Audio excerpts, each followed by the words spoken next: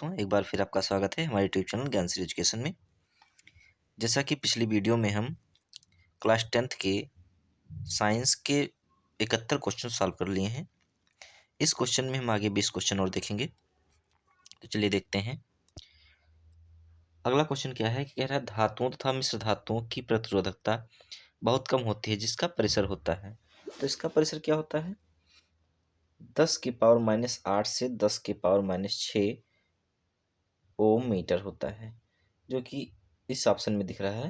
लेकिन यहाँ जो 2 लिखा है गलत है, यानी यहाँ माइनस होना चाहिए था। 10⁻⁻8 ओम मीटर से होता है 10⁻⁻8 से 10⁻⁻6 ओम मीटर होता है। तो ये ऑप्शन में नहीं है, यहाँ पर लिखा हुआ था लेकिन थोड़ा गलत हो गया है।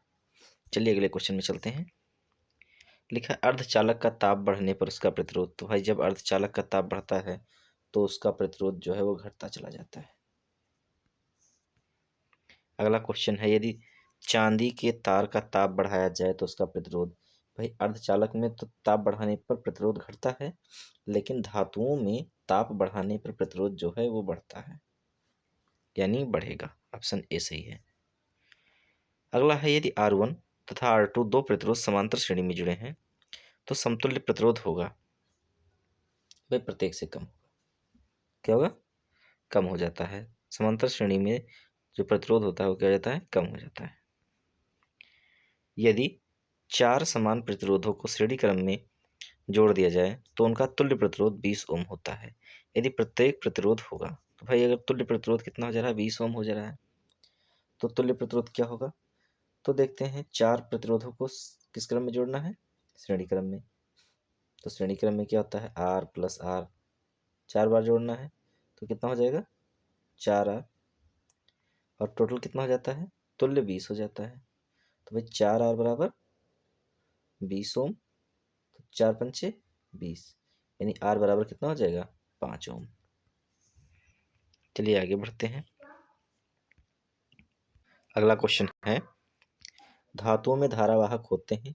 तो धातुओं में जो धारावाहक हैं वो क्या होते हैं? मुक्त इलेक्ट्रॉन। क्या होते हैं? मुक्त electron.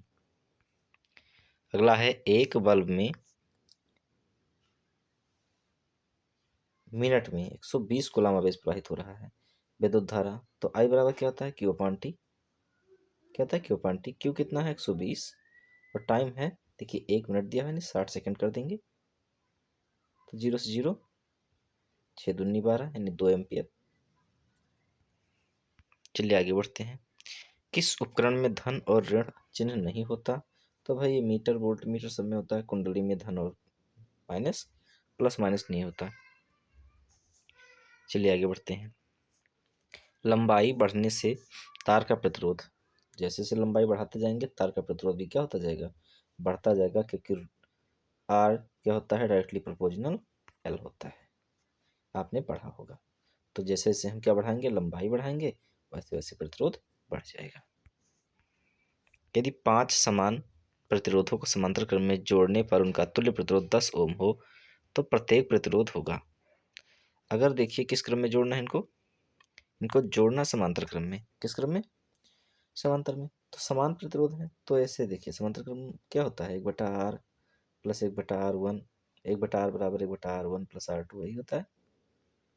R1 plus R2 plus 1/R3 plus 1/R4 plus 1/R5, ऐसे हो गए 5। देखिए ये सारे बराबर हैं, कह रहा है समान प्रतिरोध है। ठीक है, तो जब सारे बराबर हो जाएंगे तो R1 R2 R3 सारा R हो जाएगा, मान लेते हैं। तो ऊपर प्लस जब देखते हैं हर बराबर होगा तो अंश को प्लस कर लेंगे। तो 1 2 3 4 5, 5/R और बराबर 1/, तुल्य प्रतिरोध कितना है भाई? यहाँ पर 10 ओम का है। कितना है? 10 ओम का। तो क्रॉस मल्टीप्लाई कराएंगे तो R एक कम R और 10 बचे 50, यानी कि जो एक प्रतिरोध होगा कितने ओम का होगा? 50 ओम का होगा। कितना? 50 ओम। अगला है समांतर क्रम में संयोजित प्रतिरोधों की संख्या घटाने के उपरांत संयोजित प्रतिरोधों का कुल प्रतिरोध। भाई देखिए समांतर क्रम में आप जितने ज़्यादा प्रतिरोध जोड़ते जाएंगे समांतर क्रम में, क्योंकि 1/R बराबर 1/r1 प्लस r2 होता जाता है। r1 प्लस r2 प्लस ऐसे डैश डैश जितना भी हम प्लस करते जाएंगे सब होता जाएगा। अब भाई अगर ज़्यादा प्रतिरोध होंगे तो तुल्य प्रतिरोध बहुत कम आएगा, कम होता जाएगा। लेकिन कह रहा है अगर हम प्रतिरोधों की संख्या ही घटा दें तब प्रतिरोध क्या होगा, कुल प्रतिरोध। तो अगर संख्या घटा देंगे तो प्रतिरोध जो है बढ़ जाएगा। क्या होगा, बढ़ जाएगा। अगला है 20 अंश पर सिल्वर का प्रतिरोध विद्युत प्रतिरोधकता क्या है। तो होती है 1.6 × 10⁻⁸ ओम मीटर। अगला क्वेश्चन देखते हैं, परिपथ में कितने अनुमतांक का फ्यूज उपयोग किया जाना चाहिए जबकि 220 वोल्ट पर 1 किलोवाट का विद्युत उपभुक्त होती है। तो भाई यहाँ पर आपको क्या क्या दिया हुआ है, हमको यहाँ दिया हुआ है V, क्या दिया हुआ है B, और ये दिया हुआ है P, क्या दिया हुआ है P, लेकिन P किलोवाट में है तो इसको 1000 वाट कर देते हैं। क्या कर देते हैं, 1000 वाट। तो P बराबर क्या होता है,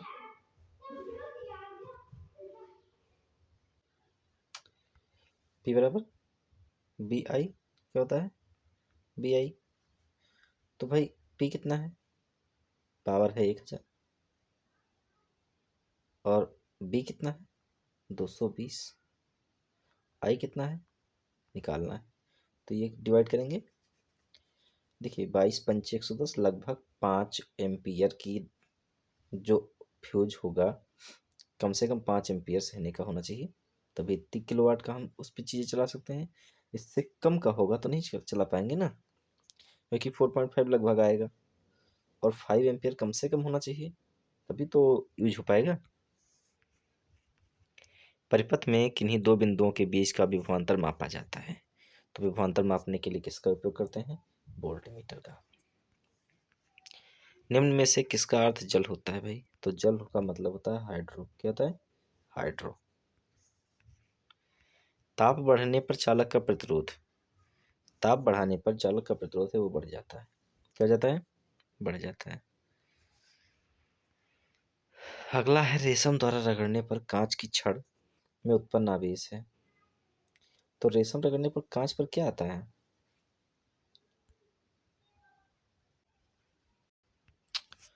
तो आता है क्या, धनावेश। क्या आता है, धनावेश। चलिए अगला क्वेश्चन देखते हैं, कह रहा ऊन द्वारा एबोनाइट के क्षण को रगड़ने पर एबोनाइट की क्षण पर उत्पन्न होता है, तो होता है ऋणावेश।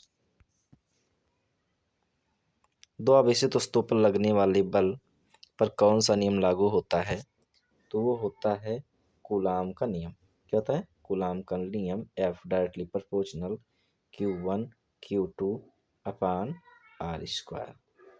ये हो गया कूलाम का नियम। चलिए आगे क्वेश्चन हम अगली वीडियो में सॉल्व करेंगे। तब तक के लिए अलविदा। वीडियो देखने के लिए धन्यवाद।